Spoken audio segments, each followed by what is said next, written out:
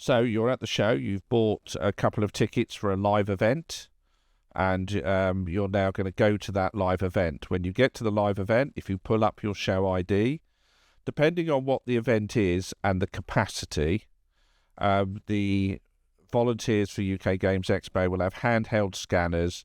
When they scan your show ID, the system will look into your account and check if you have a ticket for that show.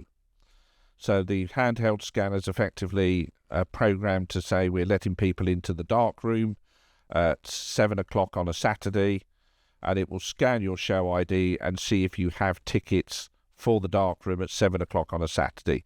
If you have, it will show on the handheld scanner how many tickets you have, and if there's you by yourself, that'll be one, and in you go. And if there's three of you, you bought tickets for a couple of friends or family, it will show you've got 3 tickets, 1, 2, 3, in you go. As again, there's no actual physical ticket, and there's no real ticket on the system either. It will just reference that you have purchased that and that it exists.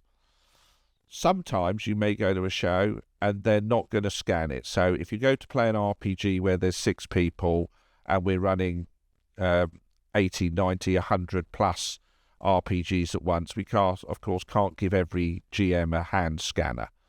However, if you look at your show ID and you scroll down, underneath that it has the list of tickets you've bought and that are in your account. So you can just show the GM, here's my ticket for this, and they will accept that.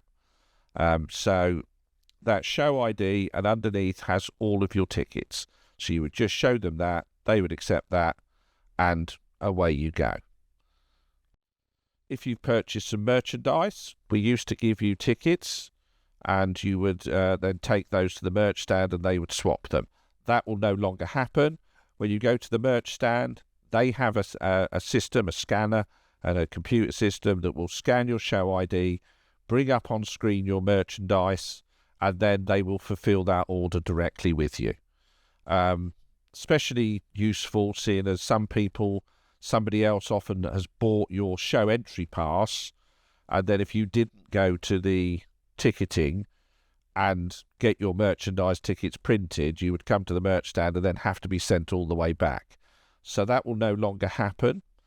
The other key thing to note is if you have multiple accounts with us, where you've put multiple live accounts and you've bought tickets on one, and then you bought merchandise on another or event tickets on another, you need to remember you have 2 accounts.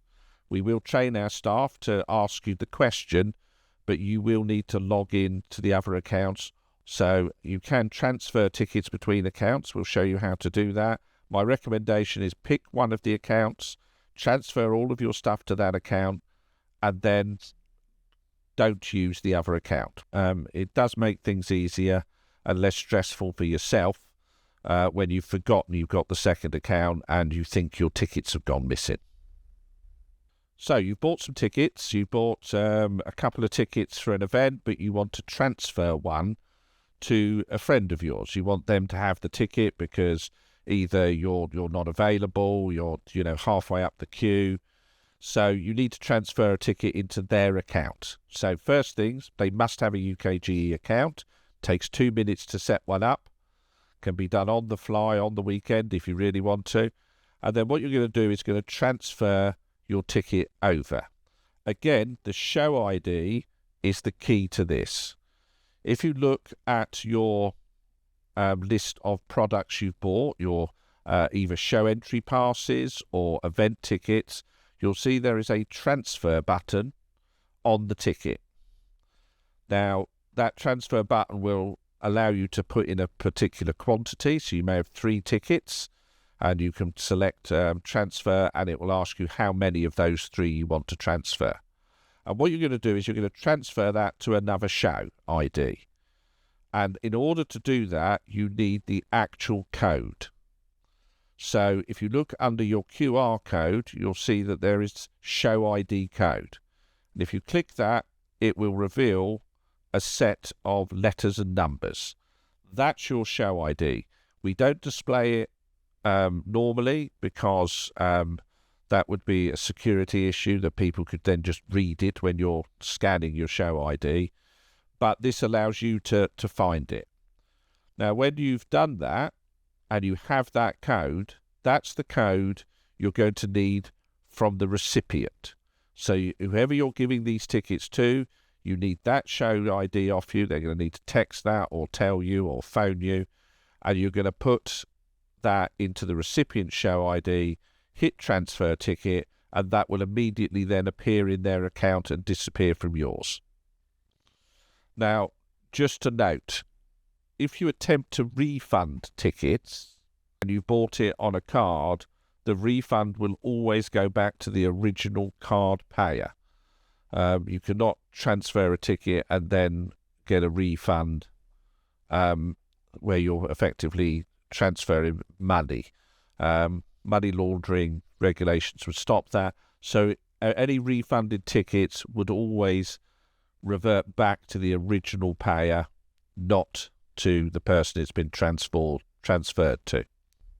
So during the show, it's important to look out for the opportunities to use your show ID. So if you wanted to vote in the awards, for instance, you could go scan your show ID. That then knows we know who's voting. You can place your votes for the awards, and there you go. In the bring and buy, when you go to collect your labels to stick on your items, again, you show your show ID, you scan it, and then we know who you are, and it will extract your bring and buy items. For the board game library, similar thing. If you have a show ID, you can show your ID and then pay the deposit. They may still ask for physical identification to match you with your ID, because of course with your show ID it's an email and a name. We have no verification that that's actually you. It is just that is that account. And so when you're borrowing, games that cost a lot of money on a fairly small deposit, we will also ask for physical ID so that the operators and the volunteers are sure that the person we've got listed with their name and email address is also the person who's actually borrowing the game.